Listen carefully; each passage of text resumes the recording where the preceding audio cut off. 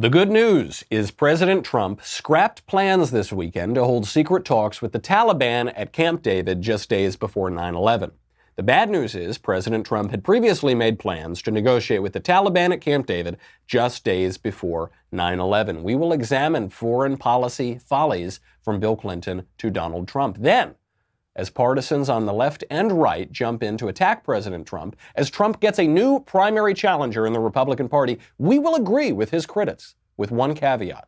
President Trump is the worst president in recent history, except for all of the other ones. All that and more. I'm Michael Knowles, and this is The Michael Knowles Show.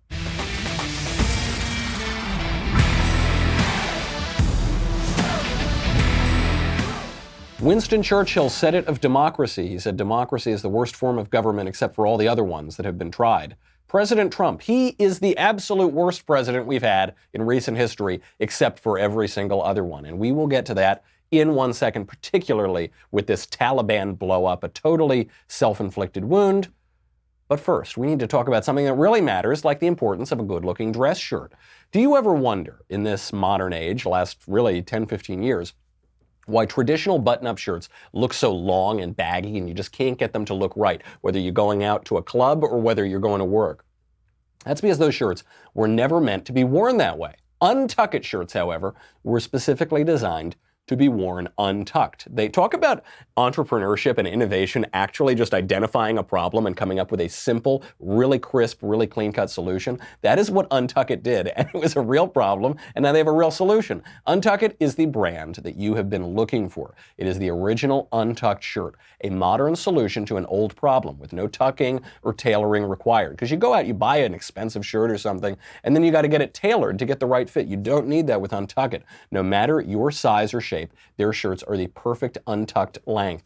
I really love Untuck It. You know, I'd heard about it from Jeremy the God King Boring long before they ever sponsored the shows. Jeremy was a proselytizer of Untuck It. I tried them out. I love them. They are just terrific. You can try one on in person like I did at one of Untuck It's 50 stores, or you can go to untuckit.com to get started. They even offer free shipping and returns on all orders in the U.S. Save 20% on your first order by using my code MKS at checkout. Vanity Fair called me a dapper lib-triggering troll. You can be just as dapper if you go to untuckit.com. Use the promo code MKS. All right, now we'll talk about less important matters like negotiations with the Taliban at Camp David, the presidential retreat. President Trump, we got word a couple days ago, actually, I think it was yesterday morning the story broke. President Trump canceled what were secret talks planned with the Taliban just days before the 18th anniversary of 9/11. And he does deserve credit for canceling those talks, but he does deserve some criticism for planning the talks in the first place. So what happened? President Trump tweeted about this. He explained the entire situation. He tweeted out, quote, "Unbeknownst to almost everyone, the major Taliban leaders and separately the president of Afghanistan were going to secretly meet with me at Camp David on Sunday. They were coming to the United States tonight. Unfortunately, in order to build false leverage, they admitted to an attack in Kabul that killed one of our great soldiers and 11 other people. I immediately canceled the meeting and called off peace negotiations. What kind of people would kill so many in order to seemingly strengthen their bargaining position? They didn't. They only made it worse. If they cannot agree to a ceasefire during these very important peace talks and would even kill 12 innocent people, then they probably don't have the power to negotiate a meaningful agreement anyway."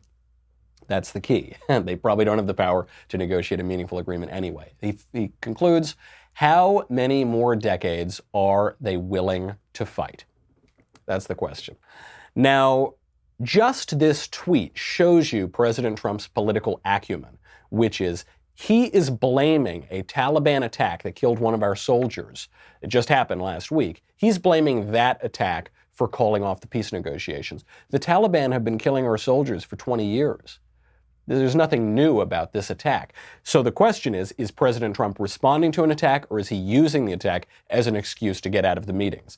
I think it's the latter. I think it's pretty clear that it's the latter, but I think it's wise for him to do that. It's a perfectly good way for him to get out of having these meetings.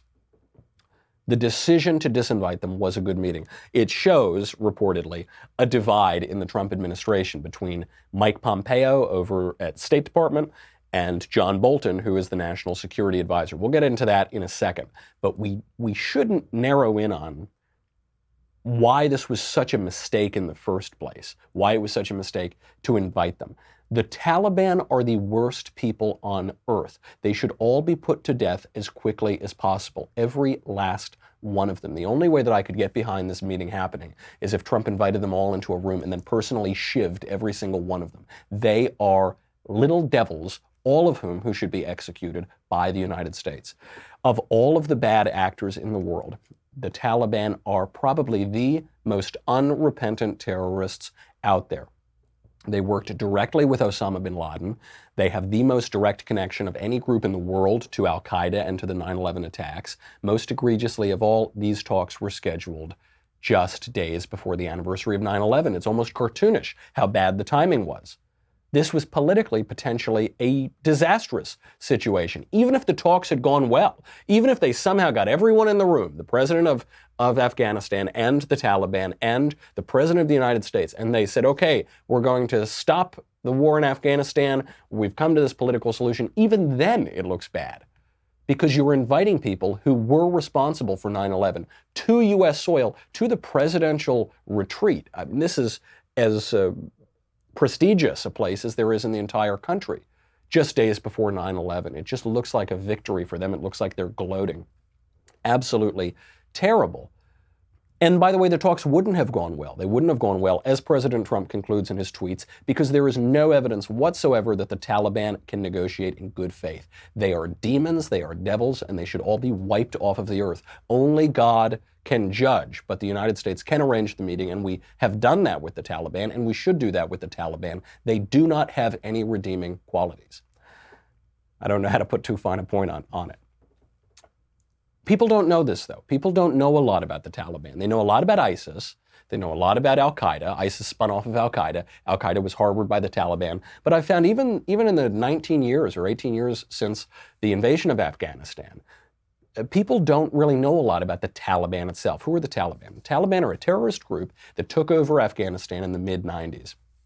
After they took over, everything got even worse. You'd think things couldn't get worse in Afghanistan. They did. Infant mortality in Afghanistan rose to the highest level in the world. A quarter of all Afghanis died before the age of 5 under the Taliban. They committed war crimes with impunity. They stole UN food supplies.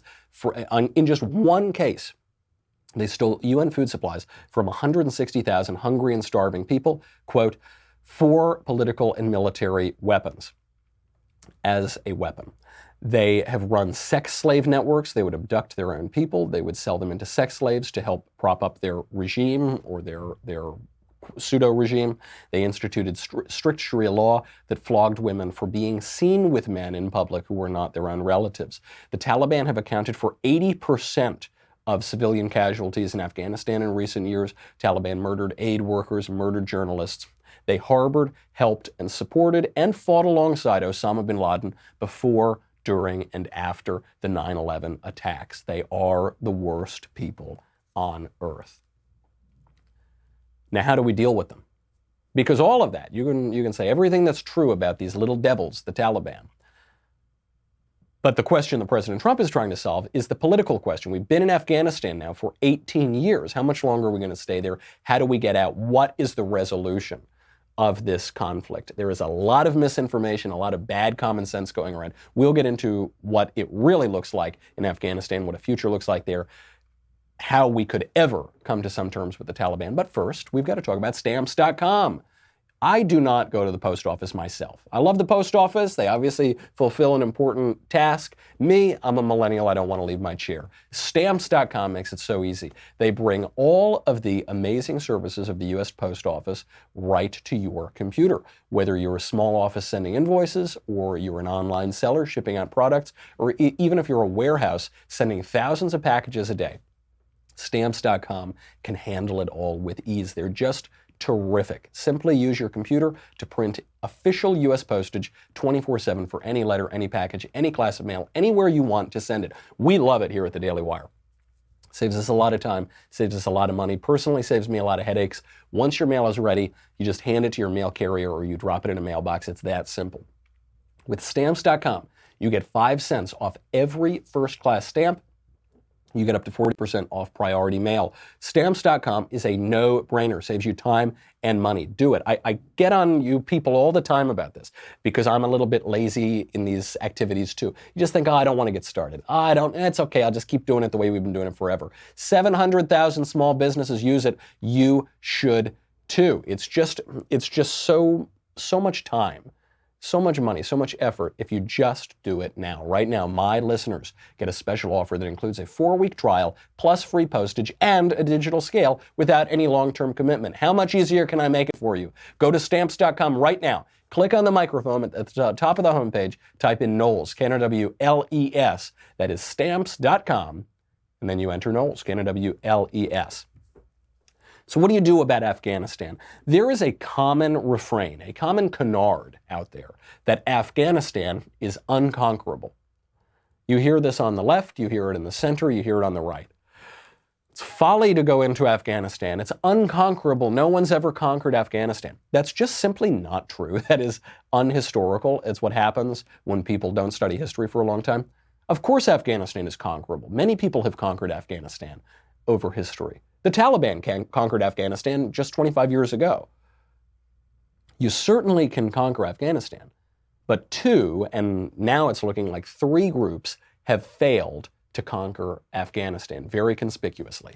The English, the Soviets, and probably the Americans.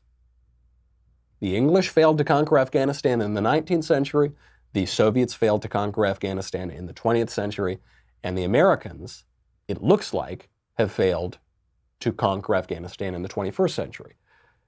We didn't fail to conquer Afghanistan because it's unconquerable. It's not like we lost a war. We failed to conquer Afghanistan because we don't want to conquer it. Of all those 3, the only ones who really wanted to conquer it were the Soviets, and even then, they were just fighting a proxy war in the Cold War with the Americans. We don't want it. We don't want Afghanistan to be the 51st state. We don't want Puerto Rico to be the 51st state. We might want Greenland to be the 51st state. We'll have to see how those go. That's the art of the deal. If we want to invite anyone to Camp David for peace negotiations, we should probably invite the Prime Minister of Denmark so we can talk about how we're taking Greenland from them. That's a point for another day. We don't want Afghanistan. We don't want to bring it in. We don't want to build a country there. We don't want to bring our country there. So what do you do about it? Because we have been in Afghanistan for a long time. Now we recognize the head of state in Afghanistan. His name is Ashraf Ghani. He's the head of Afghanistan, but is he really? The Taliban is coming back and reconquering territory, and the Taliban sure doesn't recognize him. So what do we do? Certainly we should not be in direct official talks on U.S. soil with the Taliban. It just doesn't make any sense because we don't recognize the Taliban as the legitimate government of Afghanistan. Now look, I'm all for realpolitik. We can negotiate with anybody. As long as it serves our interests and gets our troops home and makes us safer, we'll negotiate with anybody. That's fine. I'm not saying we need to play by the Marquess of Queensberry rules here. Statecraft and diplomacy are a very ugly thing, or they can be ugly. But it's hard to see the upside here. What's the upside of negotiating with the Taliban on U.S. soil? What's the upside to negotiating with the Taliban at the presidential retreat? I guess you couldn't do it at the White House. You'd probably see the Taliban walking down the street on 1600 Pennsylvania Avenue. They're walking up. You'd probably get some press about that. But you're going to get press even if they go to Camp David. Direct negotiation with the Taliban on U.S. soil directly undermines 20 years of American war efforts. It undercuts our actual national policy, which is to recognize the leader of Afghanistan as Ghani, and it irritates everybody in the country. Left, right, and center, everyone is irritated that we would have these despicable, disgusting devils, all of whom should be killed and burned in hell, the Taliban, on U.S. soil days before the 18th anniversary of 9/11, in which they were complicit. Trump realized this, and he called it off. Good. I'm glad to hear it. What does this tell us about the Trump administration? The political significance that's being reported on now, so take it with a grain of salt, but this does ring true, is that this is a fight between the State Department and John Bolton. It's a fight between Mike Pompeo and John Bolton, who is the National Security Advisor. The State Department generally has a kind of reputation for being more liberal and preferring diplomacy. And, John Bolton has a reputation for wanting to bomb everyone who's ever looked at him cross in the history of his life. Pompeo reportedly wanted the talks. Bolton did not want the talks. I'm with Bolton on this, if the reporting is correct. I'm not against talks generally. There was a big upside to the talks with Kim Jong-un, and I supported those talks with Kim Jong-un, and I continue to support the Trump outreach to North Korea. I pointed that out at the time. But there was no upside to the Taliban talks. So it was good on the president to call them off. He wants to get out of Afghanistan. We all want to get out of Afghanistan. But President Trump needs to be very careful not to make the mistakes of Barack Obama, which is being so excited about getting out of Afghanistan that you make mistakes and you bog us down in Afghanistan even longer. That's what Obama did. When you negotiate from weakness, when you give up too much leverage, you put yourself in a more dangerous position than you were in the first place. Fortunately, President Trump woke up to that. It seems that he sided with John Bolton, which is a very good idea. This is the general theme here, though. Democracy is the worst form of government, except for all of the others that have been tried. President Trump, who we can criticize when he does wrong. We've criticized him a few times. He's made a few missteps. You can go out there, believe the mainstream media narrative, and you can say President Trump is the worst president in recent memory, except for all of the other ones that we've tried. that holds for the presidential candidates running against him in the Democratic Party. That holds for his opponents in the Republican Party who are trying to primary him. It's a joke, but they're still trying to do it. And that holds even for past presidents. Trump has made some mistakes. Fortunately, in this case, he corrected that mistake before it actually occurred. But overall, it seems like he's doing a pretty decent job. You don't just need to take my word for it here. You can even listen to James Mattis, who is Mad Dog Mattis, former Secretary of Defense, widely admired by the country on both sides of the aisle. He is in some ways defending Trump here, and he's criticizing Barack Obama because American policy in the Middle East is very, very complicated. As Dr. Johnson said, all shallows are clear. We'll see. There's a bombshell new book that Mattis has dropped. The left was hoping for a bombshell book savaging the Trump administration. What they got was exactly the opposite. We'll get to that in 1 second, then we'll get to what it means in 2020. But first, I have got to tell you about movement. You know how much I love movement. I wear my movement watch all the time. Atlas Revolver, super cool watch. I've got more compliments on it than any watch I've ever owned, and I've worn a watch since I was 8 years old. Movement then makes sunglasses, very sleek sunglasses. Get compliments on those too. But now they're making something that has like real, tangible, can actually seriously affect your day. Beyond the style, beyond looking cool, beyond looking compliments, before telling the time and protecting from the sun. Think about how much time you spend in front of a screen. Your cell phone screen, your computer screen. I'm on a screen 24 hours a day. My wife and I will be sitting on the same couch at night. We'll be scrolling like mindless drones, up and down and up and down. And what Movement has done is they've got a product out there that will protect you from blue light. I love Movement's Everscroll blue light filtering glasses that are built to protect your eyes from blue light that are known to cause eye strain, discomfort, and poor sleeping patterns. I got tuned into this a few years ago because a pal of mine actually had started a company around this issue of blue light. It sounds like something that's not a big deal. I have been using this technology, these Movement Everscroll glasses. It totally changes your ability to fall asleep at night. You get too wound up when you're looking at that regular screen blue light up until the wee hours of the morning, and then you have trouble falling asleep. The average person spends 7 hours of a day in front of a screen. Movement's blue light glasses help to change those habits so that you can keep up with a changing technological world. They're just great.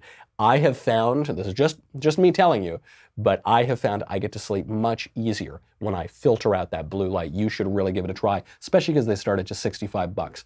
Whether you're at the office scrolling through your phone or unwinding from a long day, Everscroll glasses have you covered. I now do not look at screens without filtering out that blue light. Check it out. You will get better sleep, better style. Get 15% off today with free shipping and free returns by going to mvmt.com/Knowles, Knowles. Shop Movement Everscroll blue light filtering glasses. Protect your eyes, and nice advantage of doing it with Movement, leaders in style. You'll look great while you do it. mvmt.com/Knowles. Join the movement. So don't take my word for it that it's not just President Trump bungling the Middle East. These problems started a long time ago. President Trump inherited a lot of problems. He's trying to resolve what is basically America's longest running conflict. Secretary of Defense James Mattis has this new memoir out, and it's getting played because he's attacking Obama in it. He's not attacking President Trump. And here's Mattis explaining why he won't attack President Trump. I prefer having parted from the administration over matters of policy, a disagreement, and I laid those out in the letter. I think that what I now occupy are what I call the cheap seats. I'm not responsible, so I can sit on the outside. And frankly, it frustrates me sometimes to see people who speak so authoritatively when they don't know the back channel things going on and when they have no responsibility for the outcome.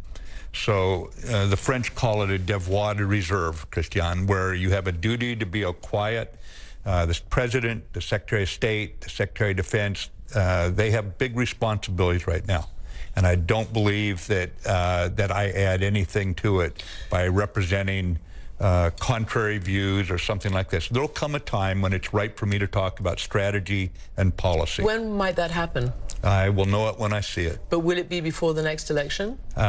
I can't say that. Guy is just so in control of himself. Don't forget, Mattis was built up by President Trump as this great, incredible guy. Then Trump started attacking Mattis. He started going after him once Mattis left as Secretary of Defense. And Mattis just is a class act. The guy holds himself with such dignity. There are some people in politics who hold themselves with the pretense of dignity. They pretend to be, to have class. Mattis really does seem like the real deal. He says, I just don't think I should be attacking the sitting president from the cheap seats. He says, well, when will you? I'll know it when I see it. Well, will it be before 2020? I'm not at liberty to discuss that. I'm not going to give it to you, Christiane Amanpour, who Drew calls Christiane Amanpour journalist on CNN. He's just not going to give it to them, and he's exactly right not to. So he won't hit Trump. This is the right decision. I think it is so despicable when former administration staffers start attacking their boss. You know, in Dante, in Hell, he writes Dante's Inferno. He divides up hell between all the different sins and all the different sinners. And then as Dante is going down through hell on his way to purgatory and then up to heaven, he's going down and he meets and he speaks to all of the different sinners. So you have sins of the flesh, you know, early on, sins like lust, that sort of thing. And then as you get lower, you get worse and worse sins, more evil sins, more wicked sins. And at the very bottom, you have fraud and deception. People who are traitors at the very bottom. And in the lowest circle of hell are those people who betray their benefactors. They are the ones who are in the three-headed mouth of Satan being chomped down for eternity. Judas, Brutus, and Cassius. Those who betray Christ, those who betray Caesar. Being chomped to death. That is, in Dante's mind, in the Christian imagination, the Christian understanding, the worst sort of sin in hell. That is what you see regularly in politics. It tells you a lot about politics that is the main thing. You go and you work for a guy, and then you immediately leave and start trashing him and stab him in the back. I remember this during the Bush II administration. Scott McClellan was press secretary. The minute he left, he goes out and he writes a tell-all memoir about how terrible Bush was. And this has happened a lot in the Trump administration. People leave and they stab him in the back. Omarosa did that. Anthony Scaramucci. I actually like Anthony Scaramucci, but he did exactly the same thing. Other people have left the administration, stabbed the guy in the back, and Mattis is not going to do that. Mattis is not going to debase himself to put himself in the lowest circle of hell. Very admirable. He will, however, hit Barack Obama, because what Mattis is talking about in that interview is he does have a responsibility to give his thoughts on strategy. This is a dignified guy. He's spent a lot of time in the U.S. military. He's a very learned guy. They called him a monk warrior, I think. He's never got married. He would just read a lot of books and go fight and kill people. So there is a time when he needs to give his thought on strategy, but he's not going to do it to the sitting president. He will hit Barack Obama. He just came out and savaged Barack Obama's handling of Iran, specifically something we didn't know about, an Iranian plot to bomb a cafe in Washington, D.C. So here's Mattis's account of it. He said that there was a plot backed by Iran to bomb a cafe in Washington, D.C. And after this was foiled, Eric Holder, the Attorney General, and Robert Mueller, yes, that guy, you remember Robert Mueller of the Mueller investigation, he was FBI director. They came out, they held a press conference, and they treated it as a law enforcement matter. Okay, we caught these criminals who tried to bomb a cafe. They didn't treat it as a matter of statecraft, of foreign policy, even though it was backed by Iran. And here is Mattis's account from the book. He says, quote, "Had the bomb gone off, those in the restaurant and on the street would have been ripped apart, blood rushing down sewer drains. It would have been the worst attack on us since 9/11. I sensed that only Iran's impression of America's impotence could have led them to risk such an act within a couple miles of the White House. Absent one fundamental mistake, the terrorists had engaged an undercover DEA agent in an attempt to smuggle the bomb. The Iranians would have pulled off this devastating attack. Had that bomb exploded, it would have changed history." Why did the Obama administration play down this attack? Because they were desperate for the Iran deal. They were negotiating from a position of weakness. They totally misjudged America's role in the world and our role in relation to our adversaries abroad. Mattis goes on, he says, quote, "In my military judgment, America had undertaken a poorly calculated, long-shot gamble." He's talking about the Iran deal. "At the same time, the administration was lecturing our Arab friends that they had tried to accommodate Iran as if it were a moderate neighbor in the region and not an enemy committed to their destruction." That is a major, devastating mistake. So while everybody today is going and criticizing President Trump for attempting to hold these Taliban negotiations, by the way, I'm one of the people criticizing him for that. Keep this in mind. You've got to keep the context in mind. Politics is all about context.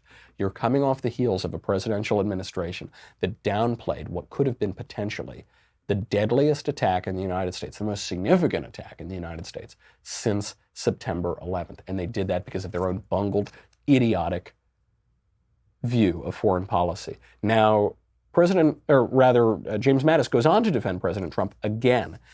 And you'll see in just the way that Democratic strategists, different candidates are talking about the left and the right now, you see the context of all of this. We are in extraordinarily trying political times abroad and with trying political times at home. And in this, President Trump, with all his warts, I think comes out as the least bad option, which makes him, by definition, the best option. We'll get to that in a second. We'll get to how politics is complicated. We'll get to what that means for 2020. First, I've got to say goodbye to Facebook and YouTube. Head on over to dailywire.com. What do you get? You get me, you get the Andrew Klavan Show, you get the Ben Shapiro Show, you get the Matt Walsh Show, you get to ask questions in the mailbag. That's coming up on Thursday. You get Another Kingdom, which is, by the way, that's coming out pretty soon. We're working on season 3 of Another Kingdom. You get all of it. And you get the Leftist Tears Tumblr. Important every single day as this 2020 election goes onward. Make sure to get that Tumblr or you will drown. Go to dailywire.com. We'll be right back.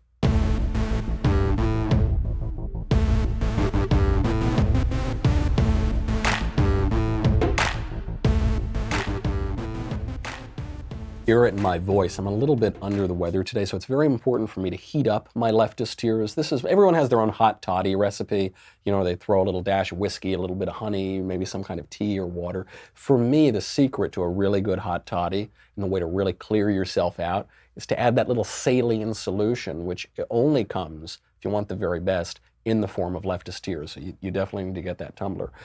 Mattis doesn't only go out and say, I'm not going to criticize Trump. He doesn't only go out and say, I'm going to assail the Obama administration for their idiocy, but he actually defends President Trump against some attacks that he judges unfair and that I judge unfair on MSNBC, specifically attacks that President Trump has undermined NATO since his inauguration.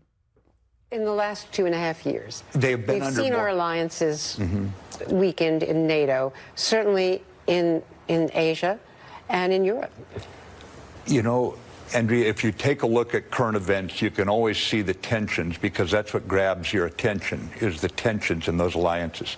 However, right now you see a NATO that I think we're into the fourth straight year or fifth straight year of the nations, almost all of them increasing their defense budget. So I could say quantitatively, NATO's actually stronger today. Now there are political tensions.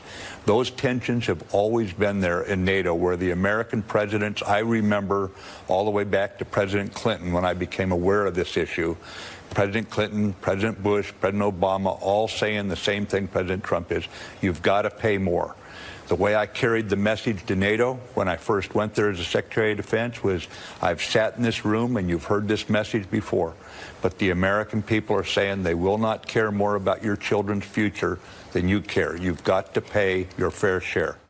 Absolutely right. And this is the key here, not just to defend Trump, though I think he has been very unfairly attacked on his handling of NATO. He has achieved long-standing U.S. goals with regard to NATO by taking a tough line on it. He's done everything exactly right on NATO, and the attacks on his handling of NATO in particular are completely unfair. But I actually don't, that's sort of secondary in Mattis's remarks. What I'm interested in is he says that he's heard these kind of statements before. He's given these kind of statements to NATO before.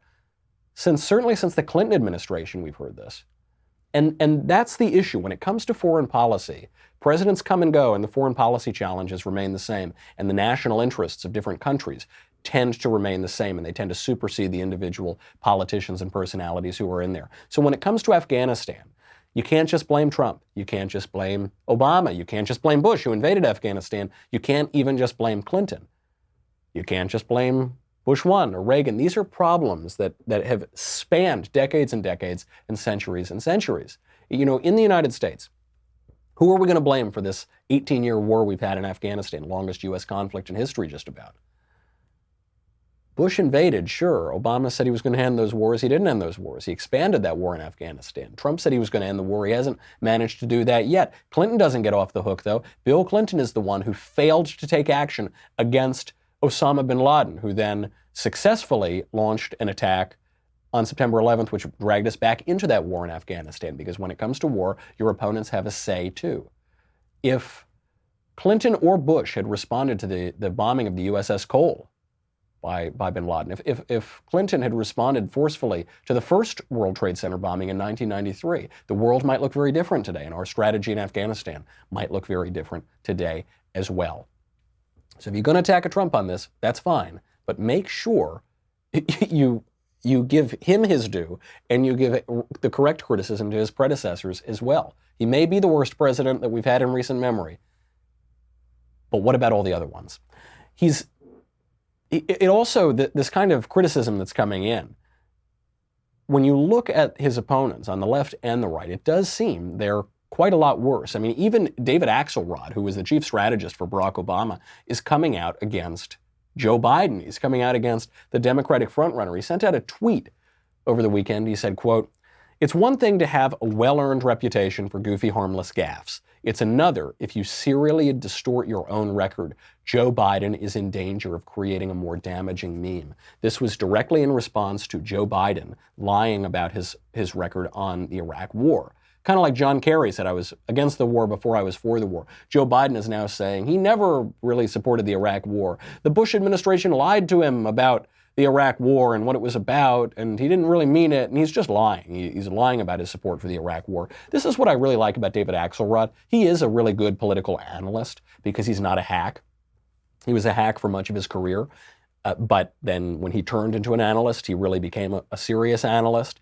And this is a big issue for Biden, which I've been calling for weeks and weeks now. I said it's not about the little lies. It's not about the sort of things that politicians say to make people like them, to make them seem more sympathetic. It's not about the glad-handing. It's not about the kisses on the forehead. What it's about are the pathological lies. What it's about are the serious lies. You know, Joe Biden lied about the death of his wife and daughter, tragic death of his wife and daughter.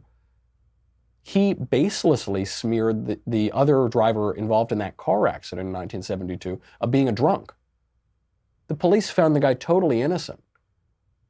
The death haunted that driver until 1999 when he himself died. And then immediately afterward, Biden smeared him as a drunk. I mean, he's willing to tell these really deep lies. And so goofy Uncle Joe who can't remember the details, that's one thing. He can get past that in a campaign. But Joe Biden, who's willing to tell all of these really serious, vicious, awful, needless lies, that's a different thing. So you're going to run against President Trump because he has a unique relationship with the truth, let's call it. He exaggerates his crowd sizes at his inauguration. Okay, who cares? If you're going to run against him on that, on the question of lying and honesty and integrity, you probably should be honest yourself. And Joe Biden simply is not. And David Axelrod calls it out perfectly. You know, even the most allegedly nice, moderate, Midwestern, Christian Democratic candidate, Pete Buttigieg, is a radical. He's unlikable when it comes down to it compared to President Trump. Here is Buttigieg, who only exists, his entire raison d'etre is to troll actual Christians by saying, I'm more of a Christian than you. Actually, Christianity is the opposite of what you think it is. I'm a real Christian. I'm not one of those Christians. He's now defending post-birth abortion, not just abortion up until the point of birth, actually abortion after birth, as both biblical and Christian. Here he is on the radio show, The Breakfast Club. Now, right now, they hold everybody in line with this one kind of piece of doctrine about abortion, right? Which is obviously a tough issue for a lot of people to think through morally. Then again, there's a lot of parts of the Bible that talk about how life begins with breath.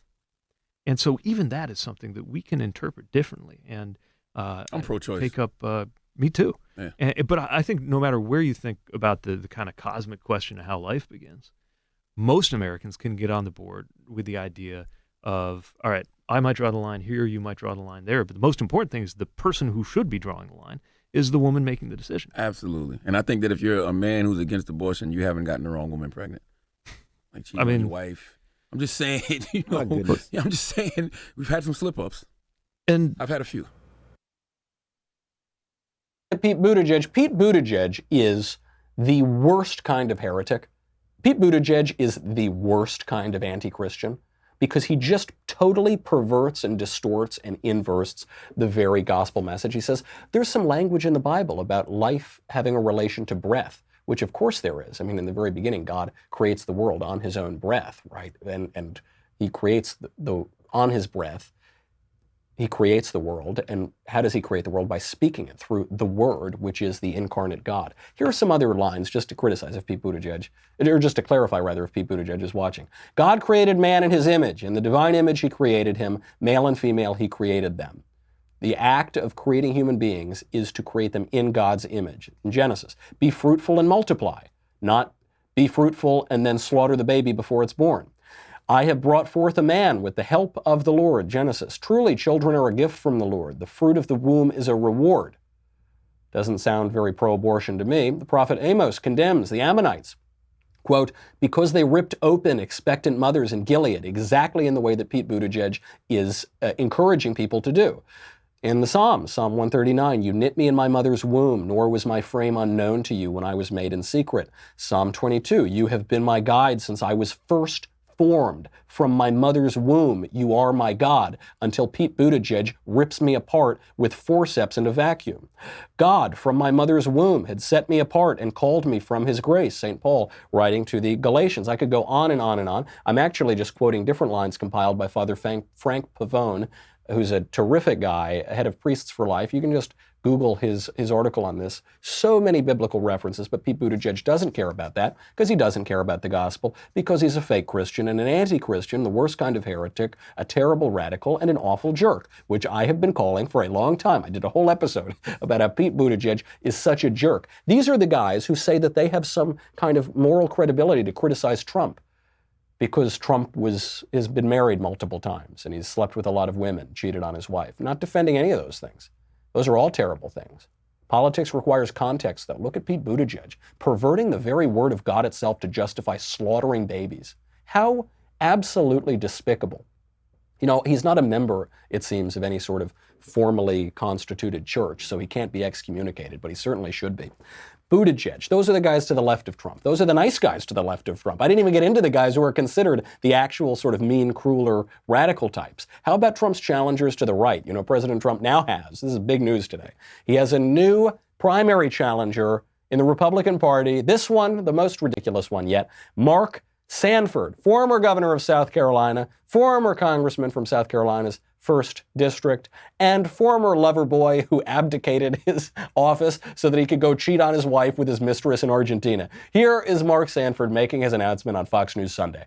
I think we need to have a conversation on what it means to be a Republican. I think that as a Republican Party, we have lost our way.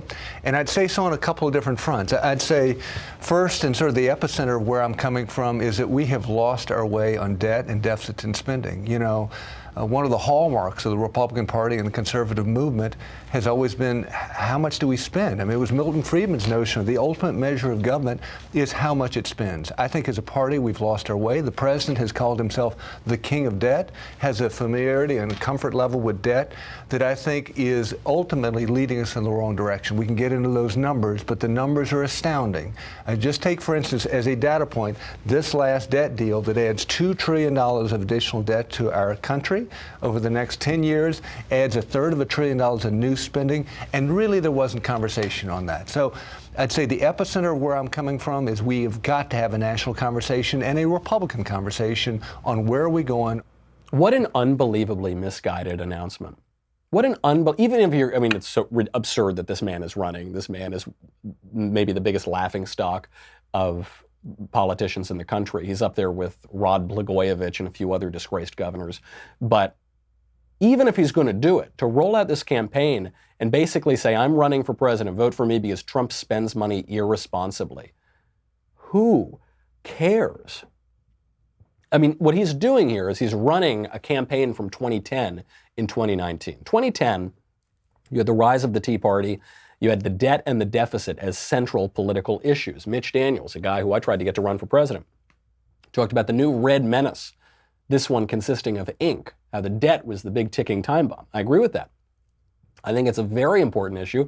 I was working in politics to try valiantly, or as valiantly as we could, to fix that problem, and everybody failed. All those politicians who tried to fix the debt failed. Paul Ryan made good attempts to do it, and he failed. There is no political appetite to fix the debt and to fix the deficit. So what do we conclude from this? To give up? No. What I think the smarter people and the wiser observers of politics concluded is that trying this fiscal-only approach, we just talk about the debt, just talk about the deficits, don't talk about anything else. One line that a lot of people were using at the time was social truce. We're going to forget about the social issues for a second, we're going to put that on pause, and we're going to fix our debt and deficit. That approach is not workable. That approach is fundamentally misguided. What we learned from that failure is that we need to fix the culture in order to fix the fiscal situation. The first problem is cultural. Andrew Breitbart called it. Politics is down from culture, and what we know from Russell Kirk and many others is that politics is down, or that culture rather is down from religion. This guy, Mark Sanford, and a lot of other old guard establishment types did not get the memo, and they're still running on the same tired platitudes. The other reason that this is ridiculous, notice I'd like to dismantle Mark Sanford's candidacy simply on the policy arguments that he's making, simply on the way that he's waging it. There's also the character question, which is that this guy has absolutely no credibility. He's running a campaign based on responsibility, right? That's basically what he's saying. President Trump has been irresponsible in office, so elect me and I will be more responsible. Elect me, Mark Sanford, the guy who literally stopped showing up for work for weeks and then lied about where he was. People said that he was on the Appalachian Trail. Actually, though, I, Mark Sanford, went all the way to freaking Argentina to cheat on my wife with my mistress in South America. Vote for me. Responsibility. Sanford 2020. Are you kidding me? He is cartoonishly irresponsible, one of the least responsible politicians in recent history. Who are Trump's other challengers? Joe Walsh. Joe Walsh is running, he's a one-term congressman, he was kind of a Tea Party guy, one of the most bombastic personalities in that era of politics. He's running because Trump is too mean in his tweets. Joe Walsh has sent far, far more offensive tweets than President Trump. Joe Walsh has been far, far Trumpier even than Trump. And now he's running and saying, vote for me because I'm not as Trumpy as Trump. As of 5 minutes ago, before that time, I was much more Trumpy. No credibility at all. And then the other guy running is Bill Weld, who's a liberal Republican, totally liberal Northeastern Republican, who is going nowhere. He ran as the vice presidential candidate on the Libertarian ticket in 2016. He's the other guy. These are the jokers. I get it. I get the argument when you say President Trump has done bad things. Okay. Yeah, he's done a few things I disagree with. Called him out for it. Yeah, that's why we need to elect Mark Sanford instead. What on earth are you talking about? And I don't think this is really going to matter because a number of states are canceling primaries right now, and the anti-Trump forces, the guys trying to run guys like Mark Sanford and Joe Walsh and Bill Weld, are furious about this. Bill Kristol, whom personally I still like, but he's really lost it on this Trump thing. He is shocked, offended, terrified. He's comparing this to, tin pot dictatorships and the banana republics. This is all going around on Twitter because states are canceling certain primaries for the GOP. This has all happened before. This has happened many times before. Arizona didn't hold a Democratic primary in 2012. Why? Because Barack Obama was going to do it. 1996, Arizona didn't hold a primary in the Democratic Party because Bill Clinton was already the president. Kansas didn't have a Democratic primary in 96, and South Carolina didn't have a Republican primary in 1984 when Reagan was running for re-election, or in 2004 when Bush was seeking a second term. South Carolina also skipped in 96 and 2012 on the Democratic side. And in 1992, when there actually was a really serious primary challenge, not a Mark Sanford primary challenge, like an actual one between Pat Buchanan and George H.W. Bush, several states that year skipped the Republican primaries. Buchanan didn't whine about it. Bush won it fair and square. This is totally normal. It's happened many times before. All of it requires context, even when you're talking about bringing the Taliban on vacation with you to Camp David, which is egregious, and I'm glad it didn't happen. When you're talking about wars in Afghanistan, when you're talking about Trump's personal behavior, it's just this attitude that we have in this country now. We can so clearly see everyone else's faults, but it's very difficult to see our own faults. We judge everybody else on their actions. We judge ourselves on our intentions. We're plucking the little speck of dust out of our neighbor's eye while we have a giant plank in our own eyes. Again, just like the fiscal situation, just like the military problems that we've had overseas in foreign policy, this is ultimately a cultural problem. What do we want as a people? What sort of people do we want to be? You can't blame that on your politicians. They are a reflection of you. You've got to fix that in yourselves. Can we fix it in ourselves? That's ultimately the question that's going to be on the ballot in 2020. That's our show. Tune in tomorrow. In the meantime, I'm Michael Knowles. This is The Michael Knowles Show. I'll see you then.